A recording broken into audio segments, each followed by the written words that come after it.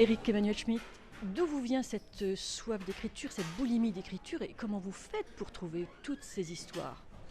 Moi, j'ai l'impression d'être plus un jardinier qu'un écrivain. J'ai l'impression que là, dans ma tête, il y a un verger avec des arbres qui font des pièces, des contes, des romans, des films. Ça pousse tout seul. De temps en temps, je vais voir, je regarde ce qui est mûr et je fais sortir ce qui est mûr, c'est-à-dire je me mets à écrire. J'ai vraiment l'impression d'être plutôt un secrétaire, un scribe au service d'un imaginaire comme ça, assez fort, assez présent, plutôt qu'un quelqu'un qui crée. J'ai l'impression que ça se crée. Mais pourtant, vous créez un univers à chaque fois qui nous entraîne et qui nous fait vivre des choses assez extraordinaires. Vous en êtes conscient d'emmener comme ça le lecteur et de lui permettre de vivre ces choses-là? C'est vrai que pour moi, l'écriture est un mode d'exploration du monde et une façon d'analyser la complexité des êtres humains. C'est sûr que pour moi, tout livre est un voyage. Et c'est vrai que j'accentue en plus cette problématique du voyage en étant curieux des civilisations, des spiritualités qui ne sont pas la mienne. Oui, il y a toujours rendez-vous j'espère, une vraie découverte. Alors justement, ce dernier livre, ce sumo qui ne pouvait pas grossir, il est évident que ça n'a rien à voir avec la nourriture. En tout cas, pas la nourriture telle qu'on l'entend. C'est quelque chose qui est une recherche en fait de spiritualité. Comment atteindre cette spiritualité?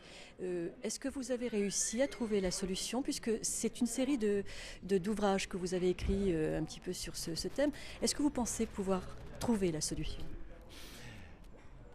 Je ne suis pas quelqu'un qui prétend avoir des solutions. En plus, si je les avais, je les donnerais avec plaisir.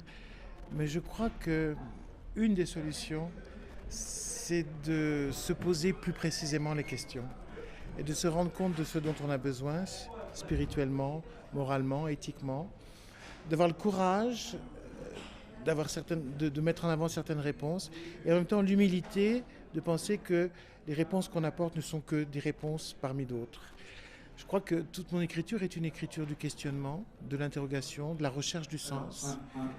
Mais cette recherche du sens, chez moi, elle n'est pas un découragement par rapport au sens. C'est une recherche optimiste du sens.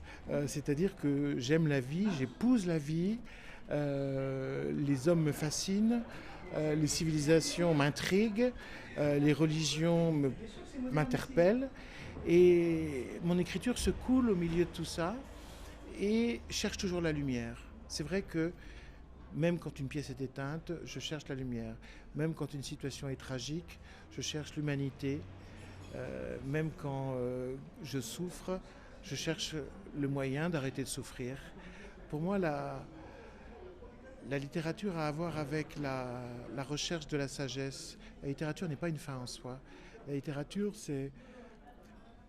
Les livres doivent nous donner les moyens de vivre mieux, plus haut, moins inconfortablement, moins douloureusement. Et le cinéma. Parce qu'après le succès d'Odette Tout le monde, vous êtes en train de faire la post-production de Oscar et la Dame Rose. Qu'est-ce que vous trouvez dans le cinéma? Un autre public, un autre moyen d'expression, puisqu'en fait c'est la continuité de votre travail d'écrivain, une autre exposition. Qu'est-ce que vous trouvez dans le cinéma qui se rajoute un petit peu à l'écriture? Dans le cinéma, je m'approche.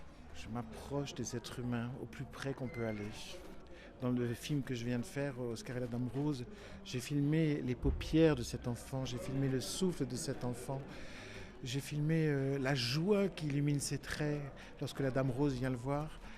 Pour moi, le cinéma, c'est ce que Bergman disait, le théâtre des visages. Je peux enfin être tout près, tout près, tout près. Donc c'est vrai qu'au cinéma, moi, j'assouvis ma passion de l'être humain. Et puis, je pense aussi que c'est une manière de raconter des histoires à des gens qui ne lisent pas forcément, parce que tout le monde ne lit pas. Il y a des gens qui lisent et qui ne vont pas au cinéma, des gens qui vont au théâtre et qui ne lisent pas, etc. Or, je pense que voilà, quand une histoire a en elle de quoi toucher les gens, de quoi nourrir leurs réflexions, de quoi les bousculer, on peut l'amener devant les publics qui peuvent exister. Oscar et la Dame Rose, ça a été un succès qui m'a surpris moi-même. Parce qu'en fait, je croyais que ce livre pouvait faire peur. Et je découvre que tout au contraire, il fait du bien aux gens, puisqu'il leur permet de parler d'une façon légère, poétique, de choses importantes comme la maladie, la faiblesse et la mort.